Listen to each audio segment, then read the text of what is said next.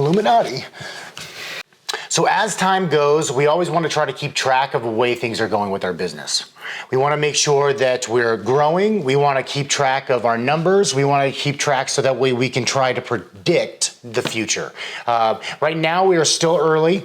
Everything is still new. We only have so much reference in numbers of how far back we can go, but the trends all matter. What is it that we're seeing in the sense of low points, high points, all the above, and we're going to talk about that now. I have here on the board, I have Q1 for last year, I have Q2 for last year, and also Q1 and Q2 for this year. So I want to compare our numbers. I didn't break it down by the month. I broke it down into just an overall average for the 3 months of the quarter. But let's take a look at to see where we progressed and like how things progress just in general, okay? So revenue for Q1 last year was 17,929.2, and then Q2 was 24,365. We had a 40% increase. There was no price changes. There was no updates in costs. It was just essentially we had a lot more jobs come through. It was going from winter into the spring. All right, so we also are having different average prices of jobs, okay? We had a slight decrease, but not really too much of a difference. Overall, the same thing was happening. I didn't have any price increases at that moment, and then that's what we're seeing.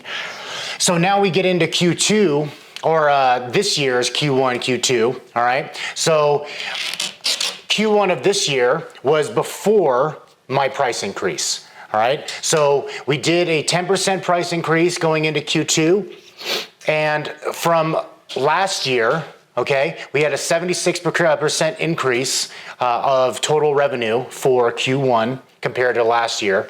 That's increasing from Q2. I understand that there's a difference here. So it's the Q2, the increase from there to here. We didn't do the difference between Q1 and Q1, but okay, I was just making sure that's what it sounded like at first. Yeah. So if you were understanding what I was saying, or if you were smelling what I farted, but it's right here. Okay.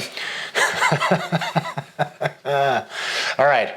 So we've also had increases in our jobs. Okay. So we did 161 jobs in the beginning of Q1 for an average, and then we averaged also 267. So there wasn't much of an increase because I hadn't really done any increase yet. Now we go into Q2. This is where we have a pretty big jump. We did a 20% price increase for our jobs, but we had an overall 28% increase in the average sale for the jobs, okay? So we went up from 267 to 341, all right? That is a big difference, and we're trying to continue that. I really like this wand. I'm just waving it around because it's in my hand, so there you go. But yeah, so for this past quarter, all right, we had a 45% increase in total revenue, all right? So we went up from 42 to 62. That's a great increase. We had an increase in amount of jobs. We were getting up to 183. I'm trying to break 200 and staying consistently over 200. And then obviously the increase with our average numbers. All right. This is a great thing to see. I'm going to keep on doing this throughout the year in the sense of Q3 and Q4. So we can really kind of see the trends and how things go. All right. So all of these, this is the average, okay? So obviously this is 3 months lumped into one single number. So this isn't what we did every single month. There's obviously been increases and decreases in different months, but this is just the average for that specific quarter. Overall, what we're seeing is increase, and that's what we want to see. We want to see continuous increase, constantly growing, and constantly pushing itself, okay? If we have decreases in things, why is it that we had that? Are we coming into months that are slower? You know, are we seeing that ahead of time? Do we know it's coming? Now, obviously, we are in a junk removal type space. I do a lot of furniture removal, so winter is coming, okay?